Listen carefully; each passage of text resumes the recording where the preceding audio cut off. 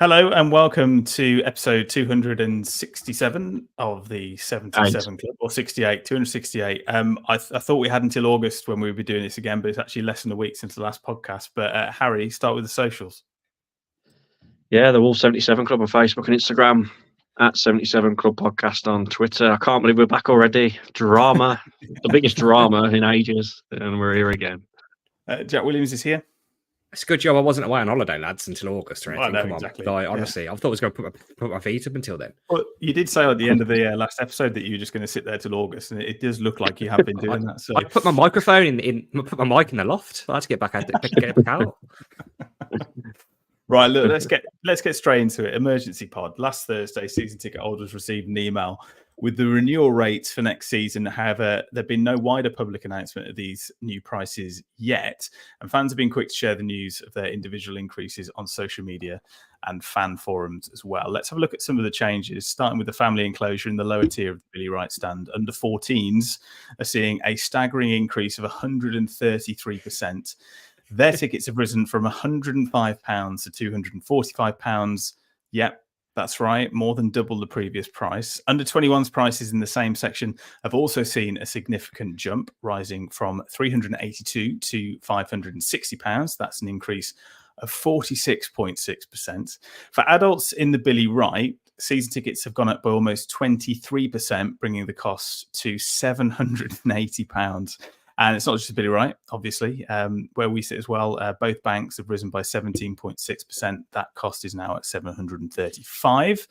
In a letter to fans accompanying the renewal email, Jeff Shee, Wolves chairman, acknowledged that these prices will not be popular. And I think he might be right, Harry. I think there's a couple of things that people were taking out of that letter, the open letter in that email. Some of them were along the lines of these are not going to be popular, and the other bit, which I think was probably the most annoying, really thorn in my side for me, was saying that, you know, if you're dreaming of Europe and winning cups, then maybe Wolves isn't for you. That was the damning line, wasn't it? After all the price increases, that little clip there, that little clip of that letter it's made me angry, to be honest. And I did a video on my own channel not long after reading the email, and I didn't actually see that properly at that point. I'd seen like a bit of I thought it was like an out of context quote, but it was along the same lines. And I genuinely, at that point as well, didn't realise how much the under 14s and like the OAPs and that had gone up. I was just fuming about ours, really, selfishly of me. But it's criminal. It's criminal what they've done, particularly with the under 14s and the OAPs, and putting the tickets up in the Graham Hughes stand as well, another £100 odd, which is just like a tin shed stand in it with no roof. Just an own goal. And from what I'm hearing, which we'll probably get onto in a bit, from people, and people don't want to say it or whatever, who've spoke to people in the club, a lot of the people just under Jeff Shee didn't want him to do it. They thought this was a really bad idea. They warned him the backlash would be as bad as it has been. It's probably been worse than they expected, but what can they expect?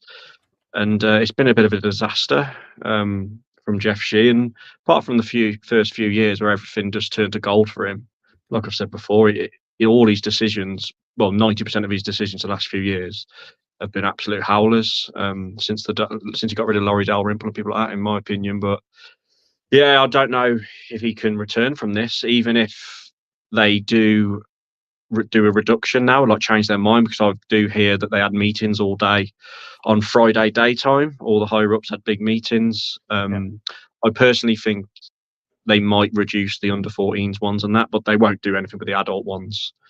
And it's a disgrace. I just can't believe, when it was rumoured as 12% the other week, I was like, they can't do that much. That was 12%. So when it come out, I was like blinking at my phone, like 735. I was like, what is going on? And then I was just like in shock a bit. And then it starts breaking, and X or Twitter, whatever you want to call it, just went into absolute meltdown, didn't it? And rightly so. Let's just before I get your reaction, Jack, I just want to read the words that Jeff Shee said. And when it comes to setting season ticket prices, we benchmark our prices against those of the other 19 Premier League clubs, especially those with similar fan base sizes, stadium capacities, and sporting achievements. We do listen to fan feedback, and we understand that price increases are unpopular, but our aim is to ensure our prices are neither significantly higher nor lower than our peers. Our ticketing team has thoroughly researched and compared Wolves with other clubs, and I believe our pricing reflects a fair and reasonable balanced base on our current position, past growth and future aspirations. Commercial growth is vital for our club's sustainability and competitiveness. While Premier League broadcasting revenue is indeed a major source of income, it is also easily offset by the club's wage bills. This means that our disposable income largely comes from commercial activities, including ticket sales, hospitality and sponsorship. This revenue is the key difference between us and the biggest clubs that we have to compete with in the Premier League, and is an essential area for us to grow over time. Our head coach, we didn't even call him by name, his team and squad have put in tremendous efforts to ensure our club competes at the highest level on the pitch this season. As we move into our 7th successive season in the Premier League, we will continue to keep progressing and supporting them as much as we can. Your support is invaluable to us, and we're committed to keep growing Wolves to make the club a strong and sustainable presence in the top flight of English football. What do you think of that? There's a lot to unpick from that, and not much of it good, because fair enough. I think he opened saying this, that they research this thoroughly and they try and price us like against similar teams, which I don't necessarily think is true. Because I know that people have said, you know, it's cheaper to get tickets, season tickets for Man City or for Aston Villa or for many other clubs in the Premier League. And you can't just say, oh, we've got to price ours a little bit higher than that because we won a cup in the 50s, if he's basing on historic achievements. I don't really understand. And just everything about this has just been handled badly. And everything about it is just also a little bit weird. Do you not think? Because it's been a strange week. It was strange that the way they announced it. I think you're right. When the prices dropped, people thought it was going to be bad, but I think it was actually a little bit worse than people thought it was going to be. And then what's followed with just the reaction and the sort of refusal to double down, and the way that it just seems like Jeff Shee's replying to these weird emails of people, and like I doubt from like immediately you think they're not. It's not going to be actually Jeff replying to those, but you read some of them and the way it's worded, you kind of think, oh, maybe it is because they're a bit like sort of broken Englishy, aren't they? And you're thinking, who's checking this? And that goes back to the piece that you wrote for the Express and Star. That bit you just read out, then, like. Surely he needs someone around him proofreading this and just saying, like, hang on, we need to rethink this because I don't think this is going to go down very well. But no, it's out there. And like you say, the comments about, you know, if you want success, then Wolves isn't really for you. All right, yeah, fair enough. But then we shouldn't be paying really expensive prices when compared to the rest of the teams in the league who have actually got more chance of winning something. We had 1 win in 10 at the end of the season. We bottled a cup final because we had to basically have children because a few injuries completely ruined our season. And that's on you, Jeff. And at the end of the day, the actual figures that we're talking about here, they have a massive impact on the day-to-day or month-to-month finances of the people who've been going to Wolves for years. But it's £2 million a year to Wolves. Like, we're still paying Fabio Silva bloody 60 grand a week or something stupid, don't we? Like, get these people off the books, and that money's back. And I think it's really, really, really bad. And I actually think, because I know that our tickets are in the North Bank, we actually haven't got it as bad. Can you imagine paying 900 odd quid or whatever it is to sit in the Steve Bull upper, which is basically falling down? Really right. Yeah. So how much is the Steve Bull ones? They like £100. Steve Bull's at 800 plus. The Billy Wright in the centre's 939 in the centre of the Billy Wright upper. And then, those are the posh sheet. But imagine sitting in the Steve Ball and paying that much money. I think it's actually disgraceful, really, because like the facilities, there's no leg room. Like, you know, and it's basically falling down. It doesn't just need a lick of paint; it needs a bulldozer. So just everything about it's been weird. The reaction has been bad, but I kind of get the feeling that it's just, well, that's the way it is, and that's it. And it goes back to that point that if they do have a season ticket waiting list, which is long enough, they will just think, oh, we can weather the storm here and we're still going to save the same amount of tickets. New season ticket holders get charged more than we do. So that's our renewal price, don't remember. So if anything, it's actually more profitable if they switch it up a bit and lose a load of season ticket holders. But it's disgraceful in the fact that you've seen all these posts on Twitter and or you know, Facebook, wherever it might be, and people saying, you know, I've been going since the 70s, 80s, been a season ticket holder of 30, 40 years, whatever it might be. And I'm just, I can't afford it anymore, because you look at the circumstances and everything. Inflation has been really high. Inflation has been 11%, but it's not been 17%. So I don't know how it's justified. No. And it's the way that we've had these increases since just continuously. They keep going up and up and up every year. When Fosun first came in, I think they got the season ticket pricing spot on. It was affordable. You obviously get 4 games more in the Championship, don't you, a season? So that's helpful. And they got people back into the grounds. They got the buzz about it. But it just seems like since we got back into the Premier League, the performances have gone steadily downhill, but the prices keep growing uphill. And it's way more than in line with any sort of inflation, which, I don't quite. Yeah, I don't. They've got it really wrong. And the worrying thing is, it's all the stuff that's gone along with it. None of it's been very good, and that's why I've got no real hope in them actually really resolving this properly. I think they're just going to ride the storm, and it's sad to see, but I honestly think that this will be the highest amount of people who don't renew. In recent years, really, I think the highest percentage of people will turn it down, because it's just too much. There is a difference, though, and I think I made the point on the group that there is a difference between a season ticket waiting list and a season ticket wanting list. And just because there is a waiting list does not mean that people will pay the prices. They've seen the performances, they've seen the transfer windows, the inactivity. And as Jack says, that trajectory over the last couple of seasons of nothing really getting better, not getting worse enough to be relegated, but it's that kind of where we are now. I mean, Shiv's put in the comments, we're a Brummie Crystal Palace, we're finished. And I think Crystal Palace is a great comparison until you look at their season ticket prices. And you can go to West Ham and watch these teams that have had European success very recently for a lot less. And I don't really take the point about winning stuff either, because Man City's cheapest season ticket, I think, was what, 400 quid, was it, Harry? I think it came out. It's actually reasonably priced there. Obviously, they have the financial backing behind them that they have, and the stadium naming rights, and we can't really compete in that sense. But like you say, I mean, it's what, £2 million a year. I can't make any sense of it, but I suppose the big question is, are you going to renew? I'm not, as it stands. But we had a discussion about this earlier. So I was direct debit last year. So you have to actually opt out of direct debit, which is a bit sneaky, like Jack mentioned earlier. So yeah, you've got to actually cancel it as it just rolls on. I think it's about £81 a month. But yeah, as it stands, I'm definitely not, unless there's some drastic change in the next few weeks after these meetings they've had.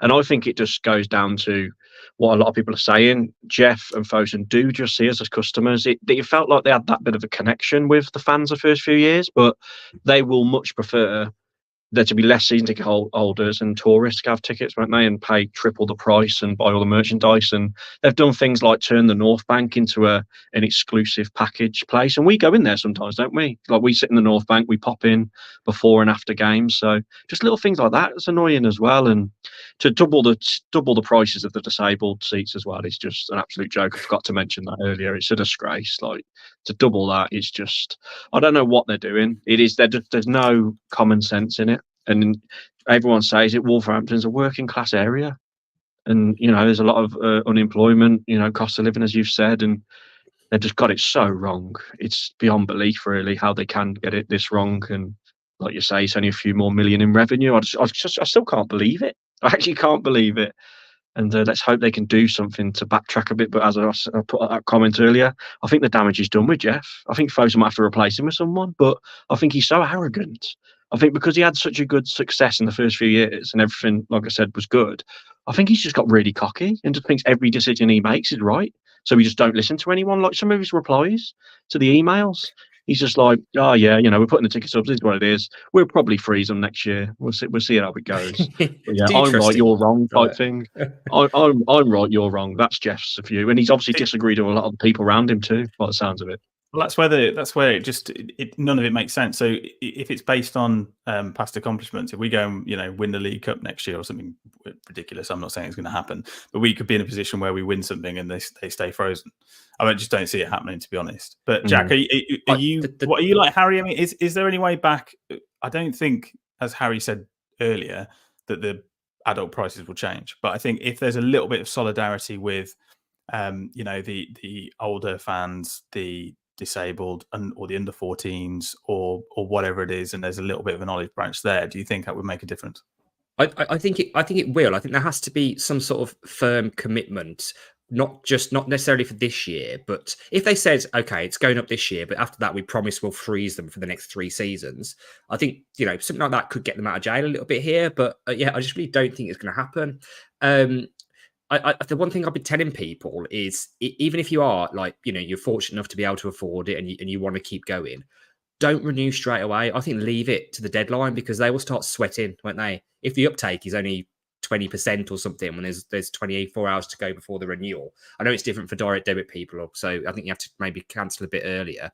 But yeah, I think that's what you've got to do here. You just don't do it straight away. At least make them think about it. And there's lots of stuff going on with people. You know, you're seeing people complaining direct with Jeff, or whoever it might be. Like, it seems like it might be an AI thing, impersonating Jeff, to be honest. I'm really not sure what's going on with that. But again, just weird. Everything's about it strange.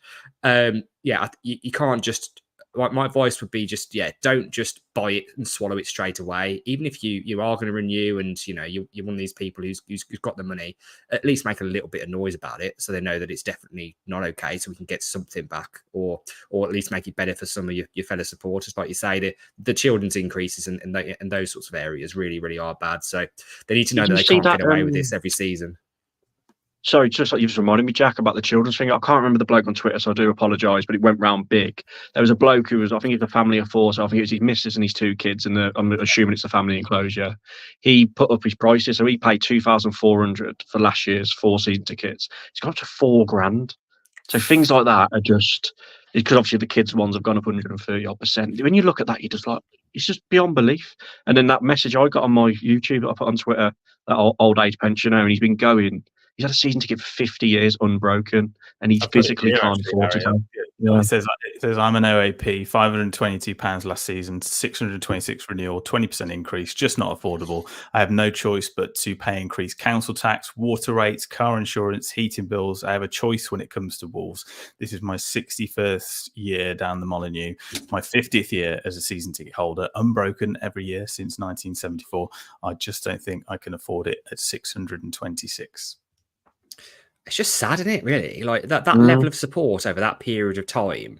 And I know if you think of it from a purely business perspective, and you think, you know, new season tickets, you get more money, you get more overseas fans coming in, they will spend more for a match ticket than the discounted season ticket prices. But at the same time, you're selling your soul a little bit, aren't you? Because these people who've seen it all and been through us through thick and thin, and now they're ultimately, you know, being priced out. And it's a great point. Like, the last few years have been just, you know, a shit show for everything, really, in terms of finances. Everyone's bills have gone up.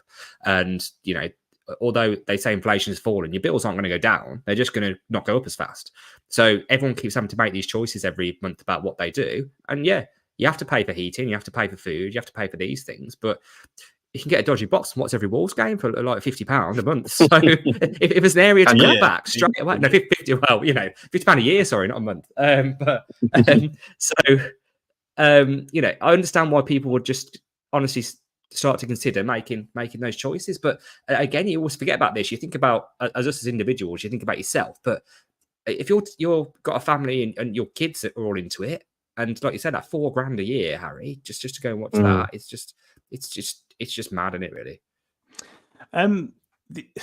Just before we move on, let's move on to the open letter. But I just wanted to make the point on a little bit of a false economy of the foreign fans, because I think if you take Huang at the occasion, I don't know what foreign fans are coming to Wolves to watch football. Yeah. I don't know. There's no Brazilians coming to watch João Gomes or Cunha. I don't see. The only people that I would class as foreign fans that I see are from South Korea, and I don't see anybody else. And unless they're going to, you know, make the kind of signings that will entice these foreign fans to come to Molineux, but we don't see that either. Because the investment in the squad is close to zero. Can you make any sense of it, Harry? I mean, we see South Koreans all the time, and fair enough, they come and see Huang when he's fit. But there's really nobody else that's going to be pulling in people from the other side of the world. No, I don't think the Americans are going to do either. Yeah, the few Americans come, don't know. But that Spurs game at home, the one we won 2-1 late on, that was tourist city, wasn't it? Because obviously you had Son and Hwang, and I think they'd love that. I think that's Folkestone's dream because they must charge a lot for them to buy tickets. And obviously, it's a bit, they sell packages, don't they? That's what they want. I think they've just lost sight. You've got to concentrate on the local fans too, and I think they've concentrated so much on everything else in terms of getting us worldwide and the esports and all that, and all this branding they're trying to do. They've just forgot about the local fan, and it's been getting worse and worse year on year. And they're going to shoot themselves in the foot because, as we've said so many times, if we get relegated to the Championship or League One, none of them foreign fans are going to want to come and watch, Lee Griffiths, for example. I can't think of anyone else in League One. So it'd be only fans like us who will go. And I think I said in my video, League One was my favourite season because it was cheap, no VAR, and great football grounds to go to. But yeah, the football in general in the Premier League is just a bit of a shit show, isn't it, at the moment, with everything going around, and it's all about money. It's all corrupt. There's clubs getting charges left, right, and centre, and yeah, just slowly falling out of love with football. And this just put the icing on top of the cake for me in terms of I just can't be, can't be bothered with it. But it's terrible. It is, isn't it? Yeah, and I think there was sorry, Jack, were you going to say something? No. Go. Dean says, Harry, rumours Harry's in talks to take over from Dawson's role after Friday's performance. Obviously, played in the charity game. The only reason we mentioned the charity game is we want to hear about it, but also a lot of, we call us influencers, I suppose, around Wolverhampton Wanderers getting together and writing that letter. Led, of course, very influential. Led, of course, by the old Gold Pack. This was the letter, so the change.org petition, and the link to it is in description if you're watching on Facebook and YouTube as well. So the recent announcement of the cost of season ticket prices for 24-25 has sent shockwaves through the fan base. Match-going fans are the lifeblood of any football club, the very essence of what a football club is. These very fans are now left disillusioned with feelings of frustration and anger at last week's announcement. In a cost of living crisis in a city that has the second highest unemployment rate in the UK, these prices are offensive and will now force many to question if they can afford to renew, perhaps even putting some in financial difficulty to fund the one thing that they treasure, priced out of a love, a passion and a community that has remained constant in their lives. We have seen the great work done by the club in the local community and more recently around mental health, something to be incredibly proud of. Meanwhile, Gary O'Neill and the players have helped to rebuild that special connection with the fans. Unfortunately, Thursday's announcement shows how detached the club's decision makers are from the great work of the Wolves Foundation for our city and its people. We encourage those at the top of the club to reconsider the approach to ticket prices before irreversible damage is done to the fan base and the local community. It is not too late to reconsider and preserve the future of the club for the fans that helped get us where we are today, to preserve the very lifeblood of this famous old club. As fans remain loyal to our club through the good times and the bad, but since this announcement, we've seen many people question the direction of where we are heading and if they want to be part of it anymore. Wolverhampton Wanderers FC has always been a pillar of the local community and surrounding areas. How much the club values that community is now very much in question. And that has now reached 10,000 signatures, which is a gargantuan effort. I believe the MP for Wolverhampton has written to the Prime Minister, although he's fairly busy in the rain at the moment, I think. Whether that makes a difference, we never know. This is the same people that say that politics and football should never mix until maybe there's an election around the corner. I don't know. Maybe she's doing it because she likes the club. I'm not going to say what I think on that one. But Jack, obviously a great petition, some great people behind it as well, and coming together like this just shows that maybe we can actually make a difference. Yeah, I mean, the numbers are actually quite staggering when you think about it, really. It's not like we're, a group of Man United fan groups or Liverpool or anything. And I think when you've got 10,000 signatures in, not even a week, really, I think that is substantial because there's 22,000 season ticket holders, something like that. I know not all the people who signed will necessarily be season ticket holders because you think that the membership's gone up by a considerable percentage as well. So it's not just us who are getting massive rises, but I think at the very least 10,000 is a very nice round number, which however they decide they want to submit it, or it's got their attention already, hasn't it? Let's be honest. The local journalists have picked up on it. It's been everywhere, shared around Twitter or Facebook if you've been on it. So, and I think we know from history is that these fan groups these the club do actually follow these fan groups, don't they? And they do see what's going on just to sort of judge the mood in the room, and the mood's been quite bad. But Harry, if you've got an exclusive on that, I'll hand over to you. Yeah. Well, first of all, it's a lad called Key Nui. He's for the old goal pack. It was his idea. He wrote up the letter. He got there's 7 fan groups in total, wasn't it, including us, to get behind it. And as you mentioned, to get it up to 10,000. I'll just reel them off, actually, Harry, if that's all right. Obviously, all goal back. 1877 Trust, Talking Wolves, Fancast, Wolves Report, Always Wolves, and us. Yeah, so he put it all together. He DM'd them all, got us all together. We all put out, obviously, posts to get it going. And then we've made a WhatsApp group now. I'm in it with all the lads out of the groups, and they are going to round them all up and email Jeff Shee directly with the petition, and write out another statement to him. And then there's some other things that are going to be organised too, which are not confirmed as of Monday night. This was Monday afternoon when they were talking about it, and it's a really good thing. And it just shows, as you said, like not just bloody fan groups, it's all Wolves fans, isn't it? I mean, it's that's why it's gone so big, because I think 95% of people are in the same boat with this. And if it don't make a difference, I'll be very, very surprised. There's got to be some kind of reduction off the back of this. And fair play to, as I say, Key Nui, who spearheaded it all, and everyone else. Even before this letter was created, all fan channels were putting out the same thing, wasn't they, of how disgusted they were and trying to get the message out there that they've got to return. And Express and Star, I know people have been putting in the comments that they're very careful and very, they sit on the fence a lot with Fosun because they don't want to offend them. That's the gist I'm getting from the comments, but they come out with a very stern video, and they've probably got the biggest platform, haven't they, out of all the media and that. And they were very, very stern with what they said about it all and what they thought. So I thought that was fair play to them, because they want access to the club, don't they? And they could have upset Jeff Shee taking that stance. Not that they can get access to him anyway. I don't think anyone can, but the thing is, with the Express and Star, you can't get access to their articles anyway without. So ironically, they did put they put their article behind a paywall, which is a bit ironic. I don't think they've put their own goal there. But also I don't want to mention names or anything like that, but that charity game Friday, great game by the way, raised $2,000 for $2,000 plus for mine charity. 3-0 down at half time, 1-4-3, but don't want to talk about it. You set up the winner, by the way. Anyway. Yeah, I set up the. I laid him off, Eddie. Great goal, top corner. When you see the highlights, you'll see.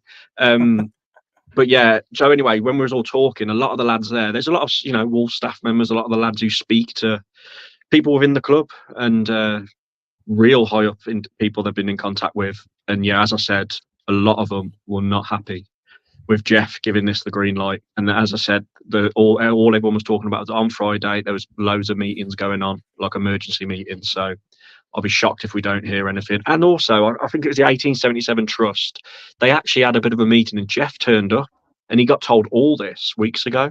And they were saying, freeze the prices, do it. And apparently he was like, yeah. And then obviously a few weeks later, he give the green light to all these rises. Well, I think it went in one ear and out the other. But what made me feel a bit better is that pretty much everyone, like 95% of the people within the board, and that this is allegedly, this is what I'm led to believe, were dead against it. It was just Jeff that probably wanted to keep his higher ups happy, to be honest, to keep the profits going.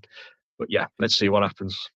I think it is one of those where everyone seems to be on the same page, pretty much. Like there's one or two on Twitter who, but there's always someone trying to be devil's advocate or on the wind up on Twitter, isn't there, saying, it's not that bad, blah, blah, blah, blah. But I think that the general consensus from top to bottom really is that, this is too much too soon. And it's the way that they've risen over the course of the last 5 years, just constantly, 8%, 15%, 17%, whatever it might be, year on year. Like it's not sustainable. And even if you're sat there now and you're thinking, okay, £750, £850, depending on where you sit, whatever it may be, I can stretch to that. The answer is, if you accept it, where does it end? Is it £1,000 next season? Is it £1,200 in 3 years' time? Is it $2,000 in 10 years' time? Like, you have to put a marker down now. Otherwise, if everyone renews and there's still a waiting list, the same thing will keep happening again. So we have to draw a line in the sand. You think about, like, I know they're capped, but the away tickets are £30 a game. For that, you get to go to Spurs' ground, Old Trafford, Anfield, whatever, all of those for £30 capped. And the Molyneux games now, that's even where we sit, it's pushing for £40 a game average, isn't it? It's like £38 something. 38, yeah. So when you think of that, like, you know, in comparison, like, it has to be a biting point. Like, we can't be paying, even with a season ticket and a heavily discounted price, £40 plus for a home game. I don't think in Wolverhampton. I don't think it's okay. And it just goes back to everything thrown in together. The way, you know, the Premier League is now, the way the football is just so unenjoyable to watch, and you'll get paying a much higher premium price in our circumstances. We're paying a higher premium price for a worse product, in my opinion, less exciting and less enjoyable football. And it just eventually people are just going to start thinking, well, what's the point? You know, we're sat there in potentially in a stand that's falling down. I know other grounds have their problems as well, but where's the investment to justify this? You know, what's going on, and how long term do we make this affordable for fans while seeing some sort of improvement elsewhere to justify it? Because while we're on this downward trajectory and the whole grounds, well, not the whole ground, but the parts of the ground are in need of refurbishment or something, like what's the long-term plan? Like, what's the long-term plan to get out of it? These are the questions they need to come out with and give us some reassurances. And hopefully, at least now that's when that petition goes over to them, it's gained some attention. But as I said, everything about it's just been a bit strange, isn't it? So I haven't really got much confidence that it's going to be addressed in the correct way. One thing I don't think we've mentioned, but it was said in that letter that Kieran put together to release, the Reaper video. So that just proves to me, obviously the Wolves Foundation, the Wolves media team did a fantastic video. We all saw it about mental health when he stood outside the South Bank with that sign. And for them to release that video and then, was it 13, 14 days later, to then do this ticket increase is just mind-boggling. So the Wolves media team and the Wolves Foundation, they must not have knew this was coming. And for Jeff to see that video and still give this the green light, it's just beyond belief. It's like literally sticking his two fingers up to everybody in that video. It's crazy. When they've put out a video about mental health and how important football is to the community, and it's everyone's lives. They work all week to go to football on a Saturday. And then he's like, fuck you, I'm putting up the prices 17% at least. Chara. I would love to be able to see the percentage of people who have just renewed already, or, you know, not yet changed. I suppose direct debit it's a bit different, isn't it? Because it's automatic. But the people who pay annually, I'd love to see the percentages. And my worry is, I think it might be higher than we think. I think a lot of people just do it, and that's it. Jack, that's why I think we've heard nothing. They're probably looking at the numbers thinking, well, there's all this backlash because people can't not go. That's what's the worst thing about it. They're taking advantage of people. People will go into debt to go, to keep their season ticket. It's true.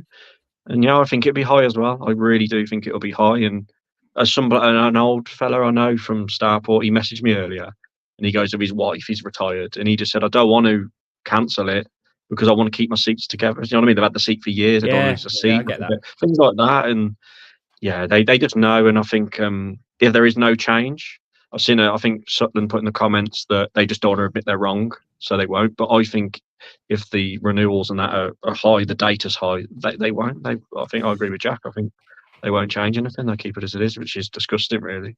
Does anyone know how it works with the direct debit? Because I really have no idea, because normally I just let mine tick over because we have so if you cancel it, have you still got until the deadline to buy it again? Good question. Direct debit again, because I think if you can cancel it, but you still have that window until the 14th of June, everybody should cancel the direct debit. Yeah. I'm not sure. I would have thought I would have thought you still have until the 12th of June, because it must happen every year that people want to either go on to direct debit or go off direct debit or change. Exactly. So I think it must be a thing, but for sure, I don't know. So if anyone in the comments knows, another similar point on that. I saw somebody, because I think they were going from a kid's ticket to an adult. They sit in the Steeple Upper, and it was going up to 840 or whatever it is. They wanted to switch to the South or North Bank, but they're not allowed. They've got to pay, this price, and they're not allowed to. They wanted to switch for it to be cheaper, basically. I think this is the same every season, though. I think you have to renew at the price or the stand where you are, and then there's a window to be able to move seats. The problem is, with the way prices have just increased year on year now, the availability in the North and South Bank is you're scarce really. So it's harder to get tickets there because everyone wants to sit there now just because it's cheaper. So I know people who used to sit in the steeple upper and they have moved to the South Bank and they're not sat together. Just they'd rather do that than pay the extra. So it's one of those really. They've got you because you have to. If you have to renew at the steeple price and you can't move, then you're and the phone system, is it now? They're updating our cards. I think you're keeping the same card. And what's this? All the phone system they're putting in as well. I don't know, and this worries me. And as you guys know, I don't do many. I have a season ticket, but I don't do many home games. Basically, I give my ticket away to my family because I live in London, and I like keeping the season ticket because I use it for the away games. So if there's going to be a simultaneous crackdown on people sharing their tickets, I think the only way I would be able to renew is if I carried on sharing my ticket around, really. Otherwise, it's just not worth it for the amount of games that I go to. And there'll be lots of people there who share season tickets and these sorts of things. And do we think there's going to be a crackdown on moving your card around? Because again, it's another revenue stream, because if you have to sell your ticket back to the club, they then take a cut of that resale value, don't they? So they're making more money off it. And these are the sorts of things, again, which, as long as I've been going to football, if you can't go to a game, you give your season ticket away or you share it with somebody, and it's been absolutely fine. I think in the terms and conditions, it says you can't do that, but it's never been enforced properly, has it?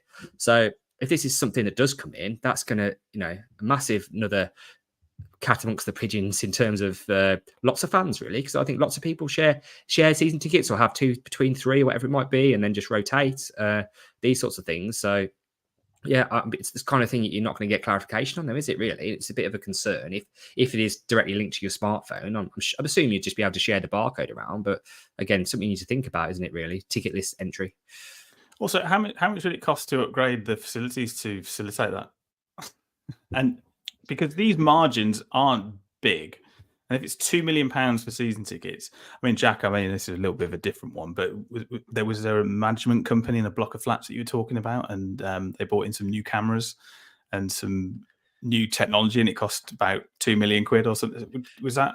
I think these are the articles I read about. Yeah, right. Those sorts of things. Yeah. But it's not cheap. That's probably an extreme example. It's not cheap. Was my point. In which case, you're going to wipe out any savings that you would have made the season tickets. Just on my previous ask of whether you can cancel your direct debit, Dean says you have to renew and then change, and then Stephen says legally, if you cancel a direct debit, you are breaking the contract. So that's my Alan Partridge bit for. Wow. So we're saying we assume that if you cancel your direct debit, then that's it. That's what we think. That's it. Yeah. Well, apparently so. Christ. Unless you go, well, I'll pay in full. Unless you have the cash in your hand. Yeah. Okay. Yeah. Wow. People are probably waiting, aren't they? People are probably not cancelling and waiting. Till you got to 14th of June, is it? 14th of June, which is the day of the VAR vote. So I mean, is it midnight of that day? Because for a lot of people, that may well sway them, because I think this is, for people I've spoken to, the final nail in the coffin was the travesty of VAR, coupled with a massive increase in season ticket prices on top of poor performances and not really much in activity in the transfer window as well. Do you think that's why Wolves led the way in trying to get rid of VAR, to soften the blow of these season ticket rises? I think they were just trying to look at it. I think it's tactical. I think it's tactical because, like I said, they're trying to now flog a product which we have is worse than it was. Yeah, sorry, someone's just put it's the 6th of June, not the 14th. Direct debit. I think okay, 6th for direct debit, and then normal is 14th. Is that right? Okay. 14th. Yeah. Cheers. So I do think it was going back to the VAR thing. I think it probably was part of the let's make some noise so it looks like we're addressing this, because we are trying to sell a product for a more expensive price, which people don't like as much, and that's what it comes down to. So they have to seem to be trying to do something about it, regardless of what happens in that voting room. But it's just been a weird few weeks, hasn't it? With everything, I keep saying it, but it's just very strange in the way it's been being handled. But I think it does have something to do with it, because they needed to be seen to be proactive in this thing that obviously has been detrimental to our enjoyment of the game and to our points tally, really. Yeah. A funny thing that happened, so that charity game, we all walked in the dressing rooms, they had all the names, and Neto wasn't there. And we're all like, oh my God, he's gone.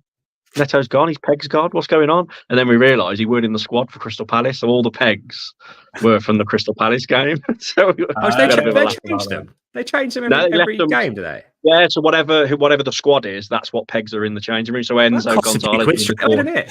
yeah, I think they just take them off. They just like hook them off. Yeah, I was sat in Santiago Bueno's, and Enzo Gonzalez was like in the corner. You can tell that corner bit's where they switch them all out. Where in Chihuahua was in that corner. But yeah, we were all looking around because everyone was obviously running, going, "I want Neto's peg," and it weren't there. We were like, "Oh." You're all running trying to get. You're all like blokes in your 30s and 40s, and you're running trying to get a fucking peg. I was last in, so I was left. 24-year-old man. I was left with Santiago Bueno, Chihuahua, and Enzo Gonzalez. They were my picks. That's all I had. Everyone, because I was last in there. Everything had gone. Ait Nori and all that had gone. So because you can't run very anyway, quickly. Yeah, I played like Santiago Bueno first. I was well, we conceded 3. Yeah, no clean sheets. I got the back. I saw a tweet earlier about Bruno Lage. Apparently, he's done one of the coaches' voices things. And one of the quotes from it was, unfortunately, the club had failed to bring in enough replacements during pre-season. We only brought in a centre-back, Nathan Collins, from Burnley.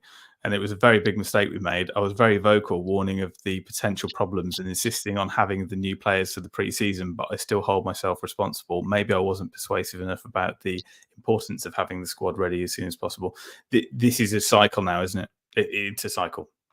Every single manager now is going to have this problem. We said this the other week, yeah. We said it the other week. It's the same old. It's like a repeat every year, isn't it? The way it drops off. Then Jeff's replying to emails, isn't he? Saying that he's going to get 2 strikers in. Why is he saying because those emails are just so strange. Just the way they're written. Like I don't know who. Firstly, has told him it's a good idea to reply to them if it is him. Secondly, if it's not him, who's replying to them? And it is him. Like, what sort of commitments is he making in these emails, which are going to come back to bite him? And some of what he's saying just doesn't seem accurate, really. Because I saw one. I think people might just now be editing them and posting them on Twitter because it's funny. Because you can't prove or disprove them anyway, can you? Because say it's just change it so it looks like it's from his email address. But one of them said, "Oh, I don't think I'll see tickets for as pricey as Aston Villa's." And I did have a look at that, and I think their cheapest season ticket is like £100 cheaper than ours. I'm not including the bloody temporary stand because it's a joke. There's no cover on it, for God's sake. So it's not the equivalent of a ticket at Villa Park, which is just, your normal sort of covered ticket in a Premier League football game.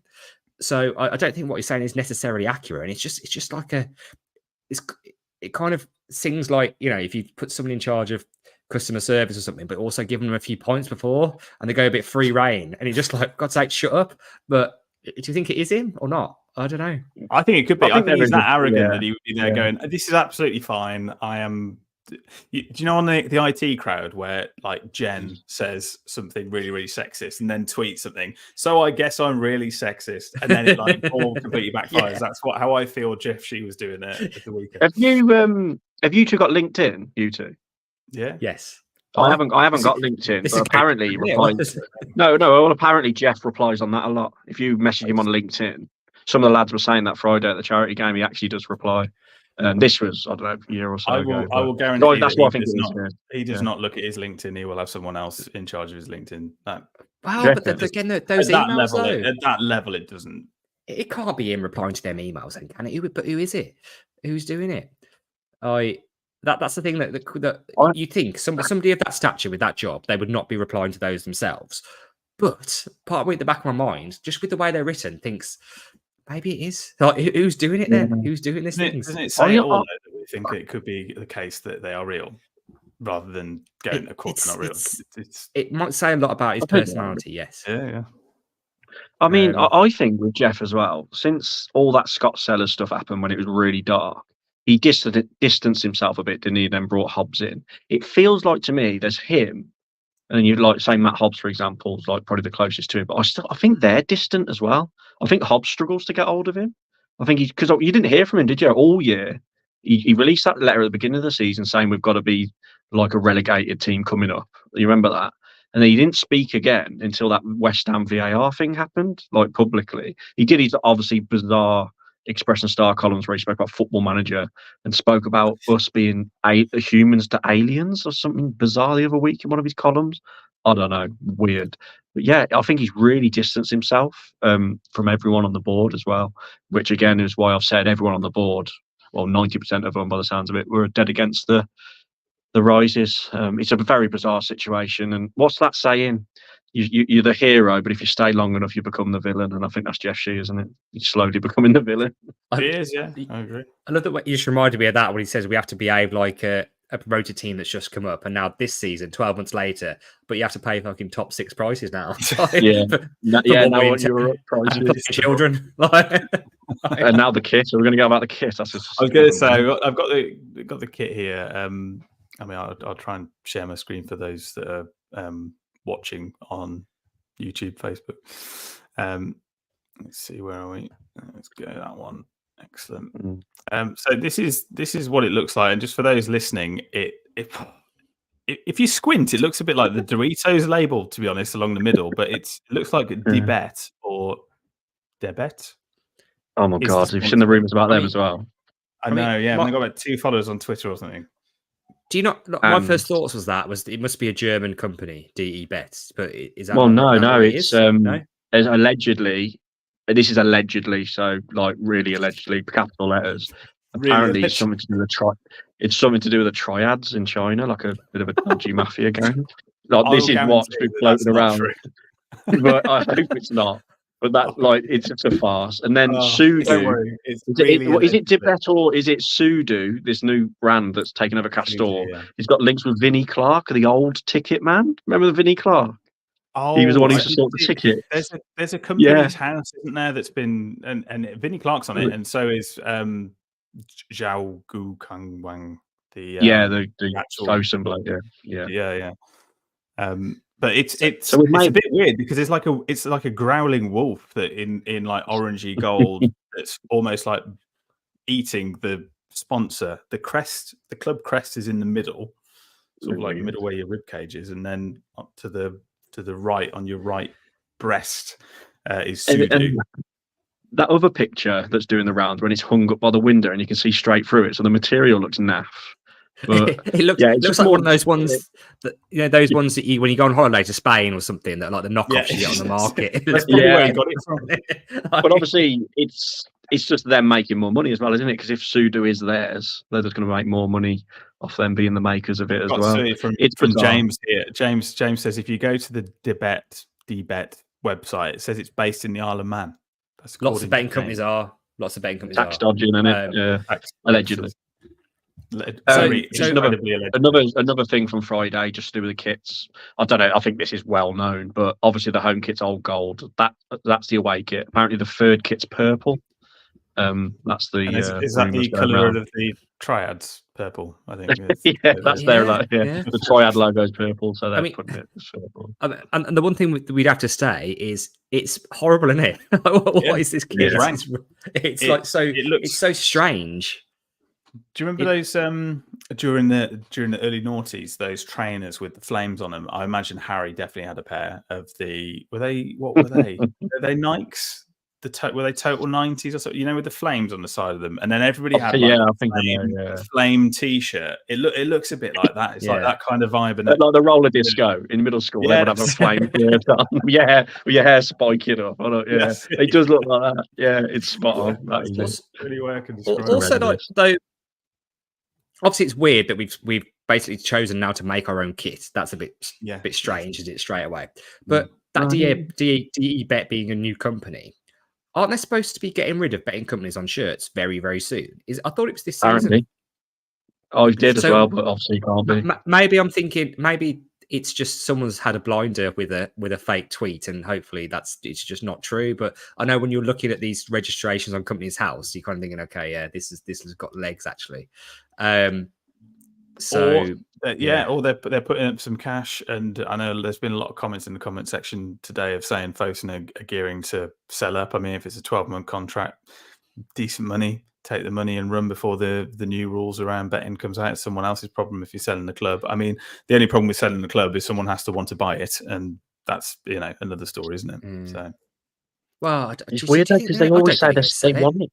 No, they've always said it's the long-term goal, haven't they? Unless they've changed their mind in the last 6 months. But yeah, the last we heard is that they're a long-term vision and they don't want to sell. So I don't know. I don't think they're going to sell at all. I think it's one of these things when you've got foreign owners and Jeff Shee, whatever, he's answering to bosses who are even more important than him, who even have a lesser understanding of the game and the way it works. They will just see these numbers on the sheet and say, what's going on here? We're losing money doing this, this, and this. Why don't we do this, this, and this? Because we've got a waiting list or whatever it might be, or we're spending so much money on these kits, but they're all the same. Let's make our own. Everything's made in China anyway, so they can probably set up that relatively easily. Yeah. But just on that, do you think Jeff? How long's it been now? 7 years. When he first come, he'd go down to the Banks' brew, wouldn't he? Try out the beers in the pubs and that. Do you think still now he just genuinely just doesn't get it? Like he just doesn't get the cultural element of football in England, and he just obviously I don't think he gets the game that much. I'll be honest. I mean, he backed Fabio Silva till the cows come home. He was adamant that Fabio Silva was going to come good, things like that. So I genuinely just still think he's very naive about the game in all aspects. I think he is. Like, I mean, looking at the whole picture, Foster has done some very good things for us, but I think their hit success rate is about 50-50 on like certain decisions. Fabio Silva, being one of them. Like lots of the transfers, we've had some good ones, but we've also had some pretty bad ones, and we're still paying their wages now. These sorts of things, and obviously the season ticket prices thing is going to go down as a bad one. But at the same time, when you come in as a new owner, I think you're more willing to try and integrate yourself and do these things like go and get the rowdy Jaeger bombs in an away game or whatever it might be that he did. And now he will get a lot more grief, wouldn't he? But God, he wouldn't walk around Wolverhampton this week, would he? Jesus Christ, no chance. Oh, so we're all renewing and buying a new shirt, yeah? Only if they're like 80 quid. Yeah, great. I mean, they keep going on the shirts. Like, yeah. We'd normally do betting news, but obviously there were no games. But if you had to bet on what would happen, Harry, start with you. How do you think this will unfold? How do you think this will finish? I'm speaking more hopeful than predicting. I think there will be some kind of I think there will be some kind of retracting with the prices of the under 14s and that. I think there will be some kind of. It won't be much. We'll probably still be pissed off, but there will be some kind of reaction. And with the kit and that, I think the kit's right. Yeah, I think that's if not, it's absolutely mind-boggling. If they double down, and I mean the fact that they didn't even put anything on all the websites and that yet is crazy. Still, that they snuck an email, that still baffles me when I think about it. Just shows they knew what was coming. But yeah, if I had to bet, I think they will come out and say something, and there'll be little adjustments, but it'll still be shit. It'll still be not good enough, and they'll be like, "Oh, we've done what we can, deal with it." And then I think in the summer we'll be let down again. We'll probably get Che Adams on a free. I know Southampton got promoted, but I still think that deal will go through. And then I think we'll be underwhelmed with the window again. We'll lose like Neto, probably Ait Nouri. We'll probably get in Che Adams, one other half decent signing, and a few young lads we've never heard of from South America, and we'll be struggling again. And next January, I think that's the way it'll go. On a bank holiday, I love it. Yeah, Jack. So, I think with the amount of noise that's happened, and particularly with the petition getting 10,000 signatures, there has to be something, at least like a sit-down meeting between the fans or a Q&A or something. But my fear is that they're just going to ride it out. And at the back of my mind, I keep going back to what I said earlier, is that what if a load of people have already renewed and they think, okay, we've got another couple of weeks here, and there's still 40% of people who've already rung up, or this amount of people who haven't changed their direct debit yet. They might just try and ride the storm for a bit. So that will be the worst fear, because that will really destroy the relationship going forward, is if they just do nothing. But I think it's 50-50. I think there's a fair chance they could just say, no, that's it, we'll ride it out. And whatever happens, happens. And then later, once they've got those renewal figures, they will come out and say, we'll cap them for the next year or 2 years, or limit it to an inflationary paying cost increase, whatever it might be. So I wouldn't be surprised if they just weather this out. Imagine if they'd have announced it before the Palace game. Oh, well, that's why they didn't on Thursday. There would have been no one in the ground. Well, we said, didn't we? Because this announcement came about 2 or 3 weeks later than the same renewal emails went out last season, and that's for a reason. Like they did that on purpose. So they didn't want people knowing this before the last home game because they'd got just that last home game as well. I wasn't on the podcast that week, but after it, but it was empty. When they were doing the lap of honour and the trophy presentations, it was about 15% full. Did they not think then we can't up the prices? I mean, everyone's gone home. No one's proud and wants to clap the team up because of the way the season's ended. I don't know. Yeah, the ground would have been full, Sam, because they'd have been going nuts. There'd have been bloody protests a lot. There's a couple of comments around Gary O'Neill. I know his relationship with the fans has been very good this season. He's always had kind words and enjoyed the support at times. Do you think he will stay, Harry? Yeah, I think he will. I think his stock was so high, wasn't it, around January time? I think he's dipped a bit. I think he will. I think he'll stay. But if they mess him around again this summer, and then he gets to January and we're in the same sort of situation, then I think he will go. He's got to be grateful that they gave him the opportunity. He was a very cheap option, wasn't he? And he's done a fantastic job, which is very lucky for Fosun and Hobbs and that who appointed him. Very, very lucky because he could have gone pear-shaped, let's be honest. But thankfully, he is a great manager. But they've got to be careful because he did at times show his frustration in press conferences. There was a couple of occasions where he was like, bloody hell, well, I didn't expect him to say that. And I know Bruno Lage did the same, if you remember. He was kind of on the fence and he'd just come out of nowhere towards the end saying how bad it is, and he was promised things and he never got them. So, yeah, I think he will, but, they're pushing their luck. I think he'll only take so much. Jack, there's a pretty little bit of a difference between Lopetegui and Gary O'Neill. Obviously, it was quite well documented that the reasons why Lopetegui left in the first place. I mean, it shouldn't come that much of a surprise when he didn't have a war chest to spend. But I think he was disappointed in January, wasn't he? Because they were expecting to bring a couple of people in, and Jeff was out of the country, so couldn't get it over the line, or some bollocks about that. But do you think he will stay? Do you think he'll go?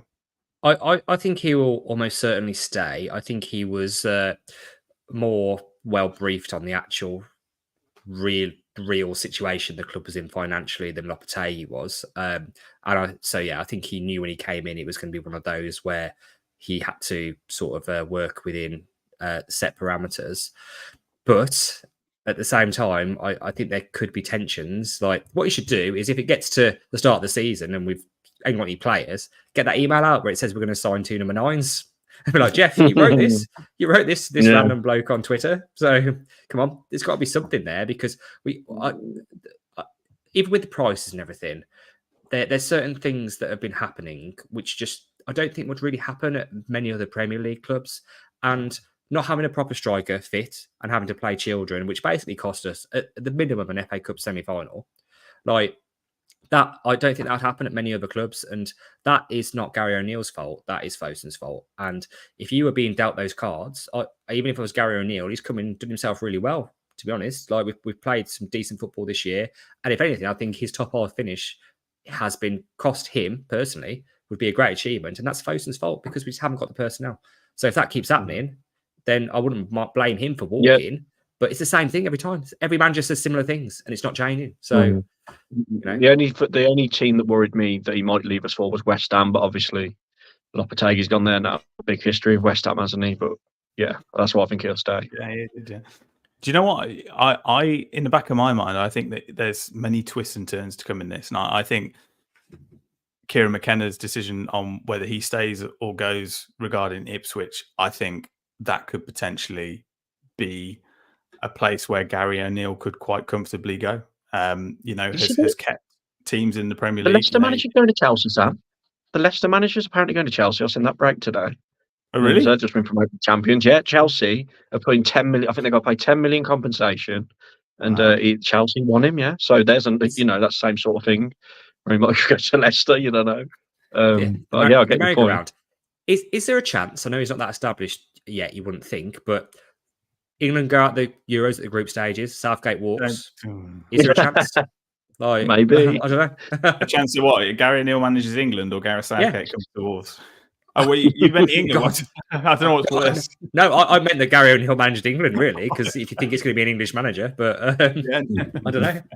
Yeah, I mean, it's not a massive pool of talent to pick from, is it? So, I mean, if you're English, then you're probably going to get linked to the job. Still Withy makes a great point. Gary O'Neill won too many games to get the Bayern Munich job. Obviously, Vincent Kompany going there. What a mad decision that was. I thought that was a joke when I first saw that. And me. Break. Yeah. Relegated with Burnley, but you can take over Bayern Munich. Right, okay. Well, I think we'll leave it there. Pretty much bang on an hour. Thank you for listening. I know it was a lot earlier than we were planning, less than a week since the last podcast, but we were looking at August. I mean, I don't know where to say it now. Unless something mind-boggling happens between now and August, we will see you in August. Thank you for listening and taking part today. It's been great to have your company and sharing in the therapy that is Wolverhampton Wanderers. We'll say goodbye to Harry Mansell. Yeah, just keep a lookout for the updates on that fan group petition, because things are going to be happening this week with that. So yeah, just keep an eye on that. And yeah, see you in August, hopefully, if everything calms down. Yeah, and we will keep you posted. And it's a goodbye from Jack Williams. Yeah, bye. See you next week, guys. And it's a goodbye from